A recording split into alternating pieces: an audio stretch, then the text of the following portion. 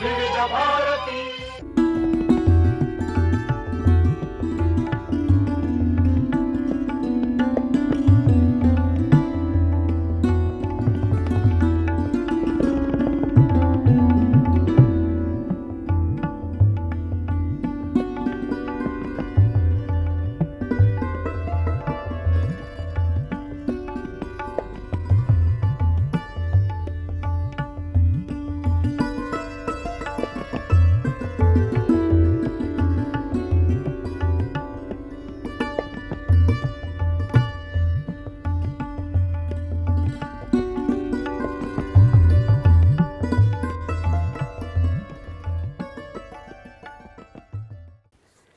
श्रोताओं नमस्कार। आज हम हरिशंकर परसाई जी पर बातचीत करने जा रहे हैं। परसाई जी ने व्यंग्य को साहित्य की एक महत्वपूर्ण विधा के रूप में स्थापित किया। उनकी रचनाएं न केवल हास्य उत्पन्न करती हैं बल्कि समाज की कुरीतियों और विडंबनाओं पर प्रहार भी करती हैं। उनकी लेखनी में समाज के विभिन्न पहलुओं की सजीव झलक मिलती है जो पाठकों को सोचने पर मजबूर कर देती है। उनकी प्रमुख रचनाओं में विकलांग श्रद्धा का दौर, ठिठुरता हुआ गणतंत्र, पवित्रता का दौरा और सदाचार का ताबीज़ शामिल हैं। हरिशंकर परसाई को 1982 में विकलांग श्रद्धा का दौर के लिए साहित्य अकादमी पुरस्कार से सम्मानित किया गया था। इनका लेखन समाज के प्रति इनकी गहरी संवेदनशीलता और जागरूकता को दर्शाता है। इन्होंने अपने व्यंग्य के माध्यम से सामाजिक और राजनीतिक विसंगतियों को उजागर किया और पाठकों को जागरूक करने का प्रयास किया। उनकी भाषा सरल, सहज और प्रभावशाली है जो पाठकों के दिलों तक पहुंचती है। आज जो है हरिशंकर परसाई जी पर बातचीत करने के लिए हमने स्टूडियोज़ में आमंत्रित किया है कहानीकार, व्यंग्यकार, कई संस्थाओं की प्रमुख और उनके बारे में जानेंगे। आप हैं डॉक्टर अलका अग्रवाल सिकतिया। डॉक्टर अलका अग्रवाल, आपका स्टूडियोज़ में बहुत बहुत स्वागत है। आपका बहुत बहुत धन्यवाद श्याम जी। और ये मेरा सौभाग्य है कि परसाई जी के जन्म शताब्दी वर्ष पर आज विविध भारती परसाई जी पर बात कर रहा है और मैं उस पर बात कर पा रही हूँ। जी हाँ, आपका बात करना इसलिए भी लाजमी है, ज़रूरी है, क्योंकि आपने परसाई जी पर जो है लघु शोध प्रबंध लिखा है और शोध प्रबंध भी लिखा है। जाहिर है आपके पास उनसे संबंधित बहुत सारी बातें भी हैं और उनसे जो आपका परिचय है उसकी बातें भी जो हैं वो श्रोताओं तक पहुँचेंगी। जी, बहुत आवश्यक था। मुझे लगता है कि परसाई जी पर बातें करना बहुत बहुत ज़रूरी है, क्योंकि जिस तरह से व्यवस्था, और आज ये तो नहीं कह सकते कि आज ही सिर्फ विसंगतियाँ तो हमेशा रही हैं, हर दौर में रही हैं, और अगर नहीं होती तो परसाई जी इतना कारगर व्यंग्य क्यों लिखते। लेकिन सबसे बड़ी बात यह है कि परसाई जी का व्यंग्य आज भी उतना ही सामयिक है, उतना ही कॉन्टेम्प्रेरी है। आप उनकी रचनाएं उठा लीजिए, बहुत सी रचनाएं। उनका पहला पुल, आज भी देखिए बहुत से पुल होते हैं ना कि बन रहे हैं, बनते बनते टूट कर गिर गए, या जैसे ही आप उसका पता चल रहा है कि वहाँ पर उसका वो होने वाला है, लोकार्पण होने वाला है, भ्रष्टाचार होता है, वो उसके पीछे के कारणों में हो जाते थे। इसी तरह से उस समय भी थी। तो मुझे तो लगता है कि अगर जिसको नहीं मालूम है कि परसाई जी नहीं है, या जो नए दौर के पाठक हैं, तो उनको लगेगा कि ये लेखक जो हैं आज ही लिख रहे हैं। अगर उन्हें पढ़ेंगे तो बिल्कुल बिल्कुल पढ़ना ज़रूरी है। और उनका अनुवाद भी, उनकी रचनाओं का अनुवाद बहुत सी भाषाओं में हुआ भी है। और ये है कि सिर्फ हिंदी के ही नहीं, बहुत से पाठकों तक उनका लेखन जा रहा है। आपने कहा कि मैंने शोध प्रबंध, लघु शोध प्रबंध सब कुछ किया हुआ है। बिल्कुल। मैंने जब एमए कर रही थी, मैं पहले मैं साइंस स्टूडेंट हुआ करती थी, और मैं एमए में फिर मुझे क्योंकि मेरे प्रीवियस में भी मार्क्स बहुत अच्छे थे, यूनिवर्सिटी टॉपर ही थी मैं तभी भी, तो मेरे पास एक विकल्प था कि मैं अपने मन का कोई विषय ले सकती हूँ एक पेपर लिखने के लिए। तो मैंने हरिशंकर परसाई जी की रचनाओं में समवर्ती यथार्थ, जो कॉन्टेम्प्रेरी रियलिज्म, रियलिस्टिक जो भी चीज़ें हैं वो क्या हैं, वो मैंने तब भी लिखा था। मुझे कुछ लोगों ने कहा कि क्योंकि परसाई जी बहुत बेलौस लिखते थे, बेखौफ लिखते थे, तो कुछ लोगों ने कहा अरे तुम ये गलत कर रही हो, अगर करोगे तो तुम्हें मार्क्स अच्छे नहीं मिलेंगे, तुम कोई और विषय ले लो। मैंने कहा करूँगी तो मैं उन पर ही करूँगी। ये मुझे नहीं मालूम कि मैंने ऐसा क्यों कहा था, लेकिन पहली बार जब मैं उनसे मिली थी, वो भी बात मैं आपको ज़रूर बताऊंगी कि मैं उनसे पहली बार मिली तो किस तरह से मैं उनसे प्रभावित हुई थी। तो मैंने कहा मत मिलने दो नंबर मुझे, पर मुझे करना तो परसाई जी पर ही है, लिखना मुझे लघु शोध प्रबंध हरिशंकर परसाई जी पर ही इतना है। प्रभावित हो गई थे आप उन्हें पढ़कर? जी, पढ़ के तो बिल्कुल। और मैं बहुत ईमानदारी के साथ कई बार ये बता दी कि जब मैं उनसे पहली बार मिलने गई थी, मैं उनकी उनकी विद्वता के बारे में, उनके लेखन के बारे में सचमुच बताऊं इतना अधिक नहीं जानती थी, थोड़ा बहुत जानती थी।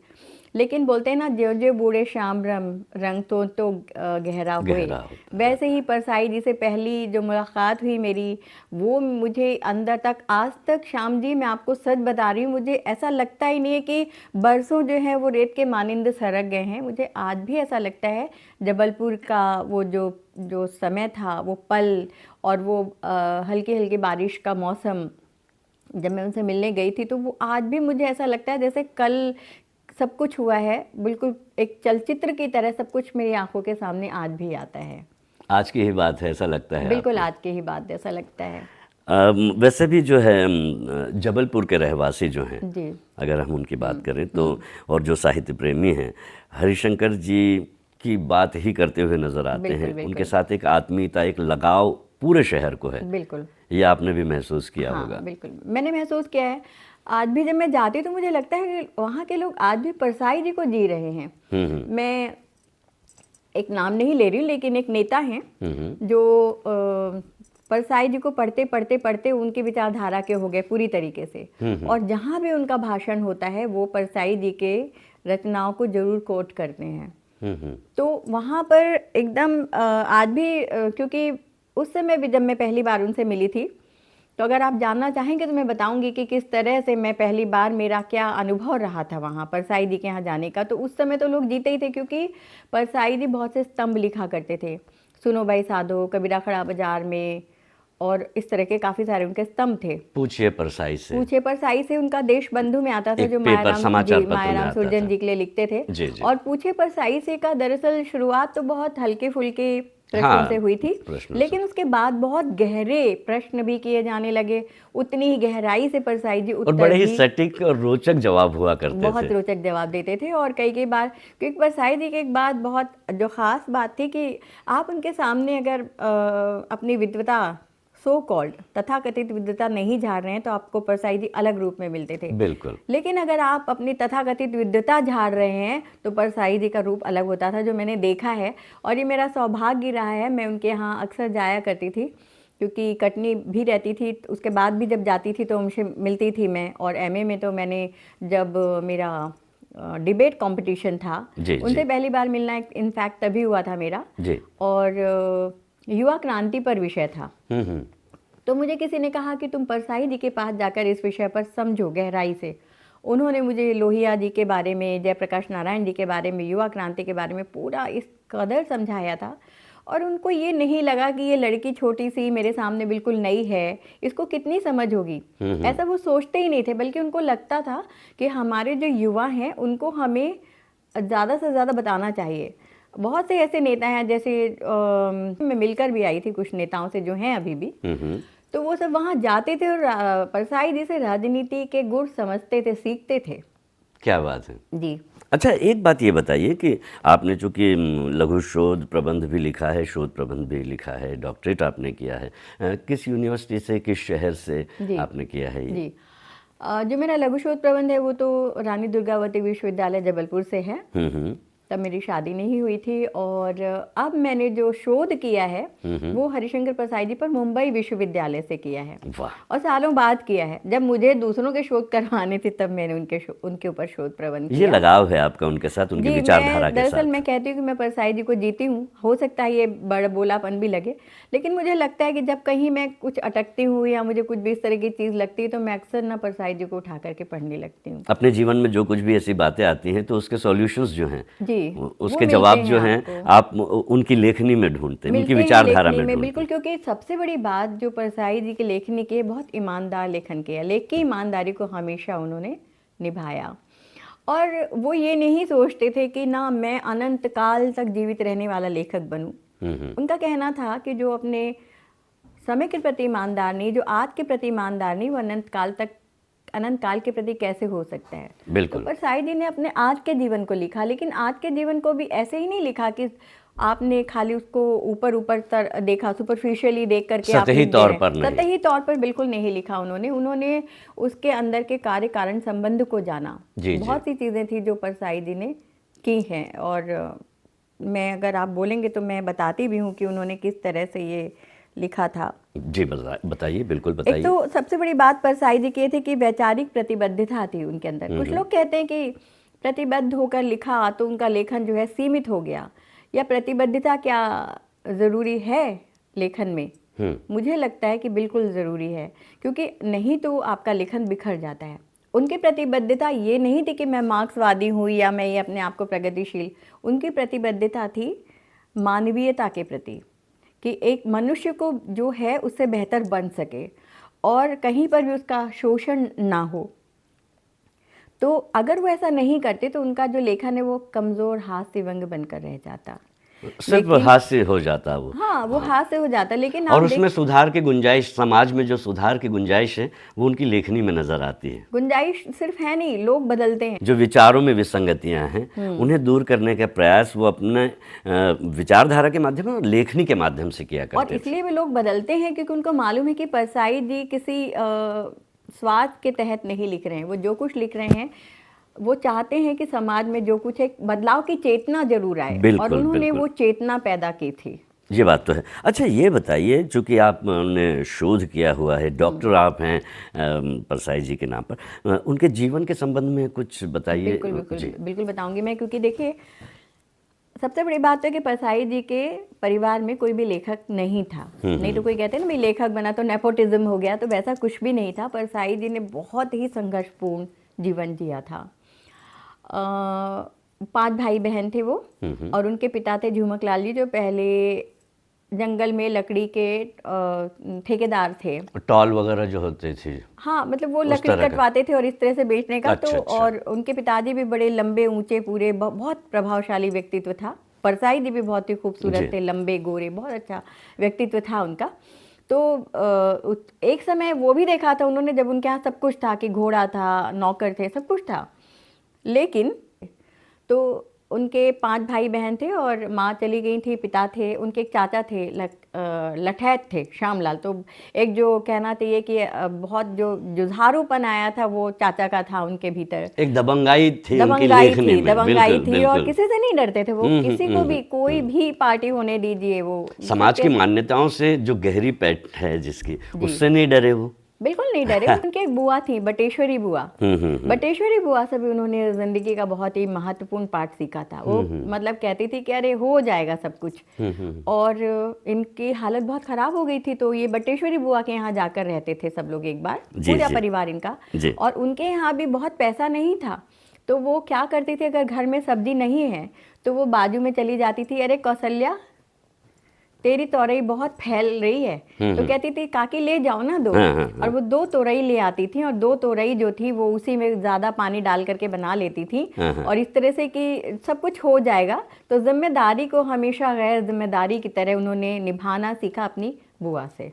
क्या बात है। तो परिवारजन के साथ भी उनके आत्मीय संबंध थे जी, समाज के साथ भी थे, और समाज के लिए एक सोच थी कि ये बेहतर समाज जो है सही विचारों के साथ सही दिशा में जाए जी। जो आडंबर हैं और जो अंधविश्वास है वो दूर हो, और जो लक्ष्य है उसे आप पाने की कोशिश करें, और इस तरह से आप आगे बढ़ते चले जाएं। जी जी बिल्कुल। तो उन्होंने मतलब इस तरह से देखिए, जो वर्ग विभाजित समाज है हमारा, तो उसमें जो भी जिस वर्गगत विसंगतियां हैं, हर वर्ग की विसंगतियों पर उन्होंने खूब लिखा है। और मध्य वर्ग खुलकर लिखा है, बहुत जोरदार ढंग से लिखा है, खुलकर लिखा है। ऑयल किंग जो होता है, आप उद्योगपति जो आप समझ लीजिए, तो ऑयल किंग की मुट्ठी में उसके अंगूठे के नीचे पूरी व्यवस्था दबी हुई है, उनका कहना था, ये कहना था जी। और वो ये कहते थे कि जो मध्य वर्ग है, तो मध्य वर्ग में एक बहुत ही निम्न मध्य वर्ग का एक बंदा है, उसका कुत्ता भी है। तो कुत्ता तो दीवार फान करके जा करके खाना खा लेता है, और ये भूखा मर जाता है, हथेलियाँ इसकी सूख जाती हैं, मर जाता है। बाद में पता चलता कुत्ता तो स्वर्ग में गया और ये जो है ये नर्क में गया।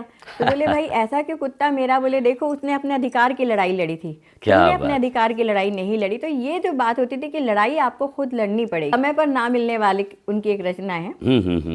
बताइए जी। तो अगर आप बोले तो मैं उसका कुछ अंश बिल्कुल, सुना देती व्यंग्यों हूँ, की नहीं कुछ तो फिर मैं पंक्तियां थोड़ा सा बताइए बता आप, देती बिल्कुल हूँ। हाँ, बताइए। इनकी कुछ पंक्तियां भी मैं आपको सुना देती हूँ। बिल्कुल सुनाइए। और उसमें ये था कि एक व्यक्ति है, वो कहते हैं कि भाई खाना खाने आ जाना मेरे यहाँ। तो और वो बुला लेते हैं, ये खाना खाने जाते हैं तो पता चलता है वो महाशय तो है ही नहीं घर पर। तो उसके बाद में कहते हो कब आएंगे? तो वो आ रहे हैं, लोग उनको देख देख करके उनका बेटा हंस रहे हैं, उनके यहाँ की महिलाएं भी। वो फिर दोबारा बुलाए दोबारा, तो उनके एक तरह से मजाक बनता है। तो कि अक्सर लोग जो होते हैं बुला तो लेते हैं, समय पर नहीं मिलते हैं। तो जो छोटी छोटी व्यक्तिगत स्वभावगत विसंगतियां हैं उस पर भी लिखा है। और मैं आपको उनके कुछ और उदाहरण भी सुना देती हूँ कि आत्मविश्वास धन का होता है, विद्या का भी, पर सबसे बड़ा आत्मविश्वास नासमझी का होता है। इस देश में कोई अपराध उनकी जानकारी और सहयोग के बिना नहीं होता, जिन पर उसे रोकने की जिम्मेदारी है। क्या बात है, क्या और बात। उन्होंने एक बात कही थी कि स्वतंत्रता दिवस ठिठुरता है, स्वतंत्रता दिवस भीगता है, गणतंत्र दिवस ठिठुरता है। क्योंकि देखिए स्वतंत्रता दिवस हमारे यहाँ 15 अगस्त को आता है और वो गणतंत्र दिवस ठंड में आता है।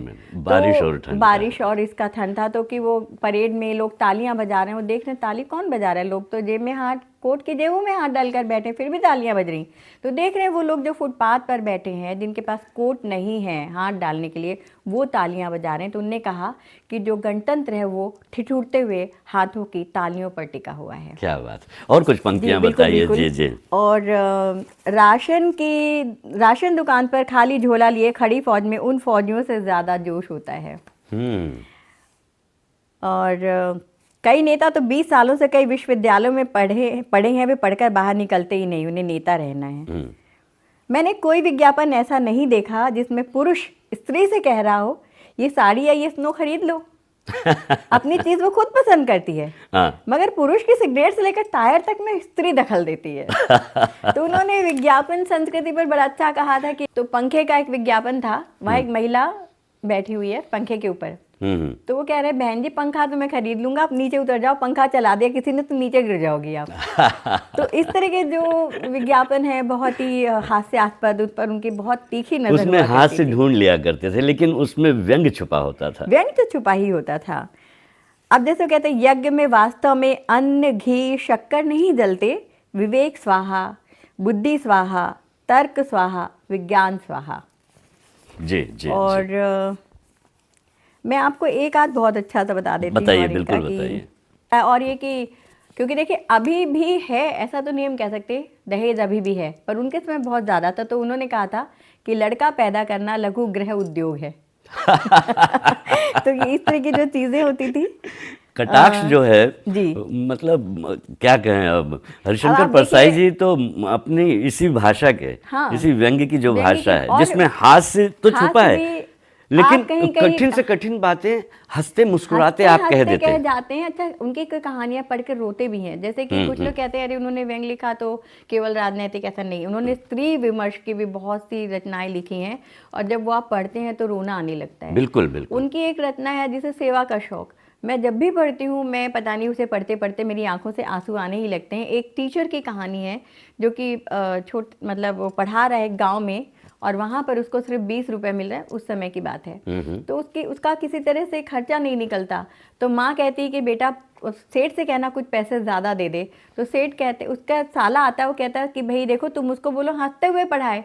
तो वो आके कहते माँ, वो कहते हैं हंसते हुए पढ़ाओ। तो माँ कहती है बेटा कौन सी मुश्किल बात है, मैं तो उसे समझाती हूँ ना, हंसते हुए कैसे पढ़ा सकते हैं। और माँ बोलते बोलते रोने लगती है। तो वो निकाल दिया जाता है। तो ये जो रचना है इस तरह आगे वो छोड़ के जाते हैं। तो एक औरत उनसे पूछती है महिला कि माँ कहाँ जा रही हो? बोले बेटा वहाँ जहाँ हंसते हुए ना पढ़ाना पड़े।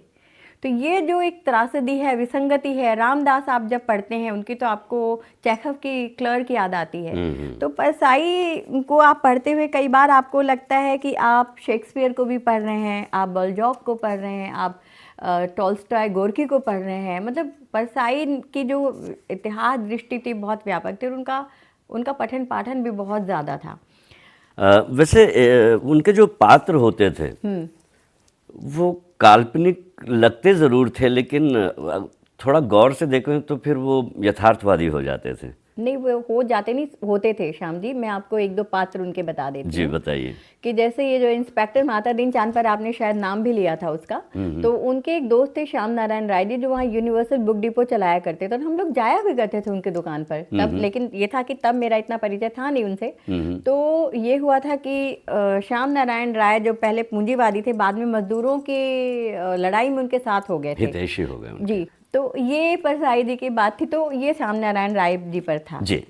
इप्टा ने कई जो है उनके प्लेस किए हैं, जैसे कि माता दीन चांद पर अभी आपने बताया है, रानी नागफनी की कहानी है, उनके कई नाटक भी बहुत लोकप्रिय हैं, आज भी वो मंच पर खेले जाते हैं। आने वाले दिनों में हमने सुना है कि आप भी जो है कुछ हरिशंकर परसाई जी पर उनके शताब्दी वर्ष में कुछ आयोजन करने जा रही हैं, उसके बारे में भी तो कुछ जी, मैं बताइए। कर चुकी हूँ ऑलरेडी। इस साल में 4 आयोजन में कर चुकी हूँ, और मैंने परसाई जी का जो कन्विक्शन है उसके साथ में मैंने लिखा है, हाँ मैं परसाई हूँ। हाँ। और वो वहाँ से कि वो आ रहे हैं कबीर के, वहाँ से शुरुआत करते हैं कि बुरा जो देखन में चला बुरा ना मिलिया कोई, या फिर जो घर फूके आप ना चले हमारे साथ। तो कह रहे हैं ये मेरे, क्यों मैं बात कर रहा हूँ, क्योंकि मेरे मानस गुरु हैं। तो वहाँ से शुरुआत करते हुए फिर आते हैं, मैं इसी समय पैदा हुआ ये लेखक हूँ, लेखक छोटा मगर संकट बड़ा हूँ। फिर वो अपनी बातों पर आते हैं कि किस तरह से वो भूखे, आपको मालूम है, मैं आपको उनके जो संघर्ष की कहानी है, तो उनके जब पिता बीमार हो गए थे, प्लूरिसी हो गई थी उनको, तो प्लूरिसी के समय उनके यहाँ कमाने वाला, और ये सबसे बड़े थे 5 भाई बहनों में, तो इनके लिए ये मजबूरी थी कि जल्दी से जल्दी किसी तरह से मैट्रिक पास करें और नौकरी लगे। तो ये नौकरी के लिए जाते थे, तो इनके पास में खाने को नहीं होता था। एक दिन 1 रुपया था, वो भी गिर गया था। तो भूख लगी थी, तो नल से पानी पी पी करके पेट की भूख भी मिटा रहे थे। तो अचानक एक किसान को देखा खरबूजे लिए हुए, उसने कहा कि काका लगता है आपके खेत के हैं। बोले हाँ बहुत मीठे हैं, खाओगे?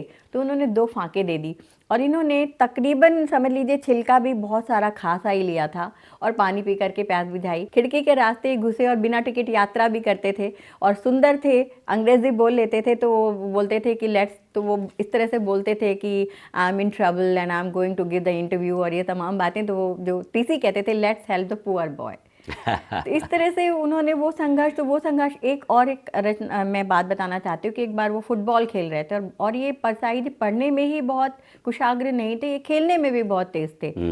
तो फुटबॉल खेल रहे थे, परसाई खेल रहे थे, हरिशंकर, मतलब हरिशंकर उस समय तो बच्चे ही थे, और एक सेठ का लड़का था और एक स्टेशन मास्टर का लड़का था। तो अब खेल रहे थे और 2 लोग को ही भेजना था। तो जो टीचर थे उनने कहा कि इसको कैसे भेजेंगे, ये तो 2 पैसे वाले हैं। तो उन्होंने फुटबॉल गायब करा दी और बोला कि इसने चोरी की, कोई गरीब ये है। तो उनको लगा कि मैं क्योंकि गरीब हूँ तो मैं चोर हूँ। तो ये जो उनकी दृष्टि बननी चालू हुई थी, वहाँ से चालू हुई थी, और तमाम इस तरह की जो चीज़ें हुई थी। तो ये उन्होंने, लेकिन उनको जो भी उनके साथ में नकारात्मक चीज़ें हुई, उससे उन्होंने ज़िंदगी के पाठ सीखे, और आज मैं और आप बैठकर यहाँ विविध भारती में परसाई जी पर बात कर रहे हैं। तो उनके पिताजी उनको पुलिस इंस्पेक्टर बनाना चाहते थे, पर उन्होंने, अच्छा हुआ मैं पुलिस इंस्पेक्टर नहीं बना। तो अगर वो बन जाते तो आज हम परसाई जी पर बात नहीं करते। वो इंस्पेक्टर पर बात करते हैं। अब वो इंस्पेक्टर भी अगर कुछ वो बन गए होते, जो ये 12th फेल वाले, जैसे वो अभिनव शर्मा जी जैसे, तब तो हम बात कर रहे होते। नहीं तो बहुत इंस्पेक्टर आते हैं जाते हैं। ये बात तो सही है कि एक बात है, आपसे बातचीत करते हुए हमें ये महसूस हो रहा है कि आपने लघु शोध प्रबंध जो बहुत पहले कर लिया था, उसका अब आज में, वर्तमान में शोध प्रबंध होना बहुत ज़रूरी था, क्योंकि आपने बिल्कुल कह सकते हैं कि हरिशंकर परसाई जी के पूरे लेखन को, उनके व्यक्तित्व को, उनके विचारधारा को एकदम अपने आप में समेट लिया है, आत्मसात कर लिया है। और ये बात आपकी बातों से भी लग रहा है। और आज के इस दौर में, इस समय में, जबकि हम उनका शताब्दी वर्ष मना रहे हैं, तो ये बातें आपसे सुन के हमारे श्रोता भी बहुत ही आनंदित भी हुए होंगे, कई यादों में खो गए होंगे, और कुछ प्रेरित भी हुए होंगे कि उन्हें परसाई जी को पढ़ना तो चाहिए। परसाई मंच भी मैंने बनाया था 1998 में। दरअसल परसाई जी ने विवाह नहीं किया था, उनकी एक बहन बहुत कम उम्र में विडो हो गई थी, तो इसलिए उन्होंने सोचा कि इनके बच्चों को मुझे बंटने नहीं देना और उनके बच्चों को अपने साथ रखना है। तो लेकिन 1995 में 10 अगस्त को रक्षाबंधन के दिन ही उनकी मृत्यु हुई थी। तो वो एक तरह से ये था, तब मेरे जहन में कुछ था कि मैं अगर कुछ मुंबई में शुरू करूंगी तो परसाई जी पर शुरू करूंगी। तो 1998 में परसाई मंच मैंने बनाया। तो खैर ये हैं परसाई जी। और परसाई जी, सचमुच में परसाई जी के जब हम बात कर रहे हैं और जो भी परसाई जी से जुड़े हुए पाठक हैं और जिन्होंने उन्हें सजीव देखा है, उन्हें पढ़ा है और उनसे मुतासिर हुए हैं, सचमुच में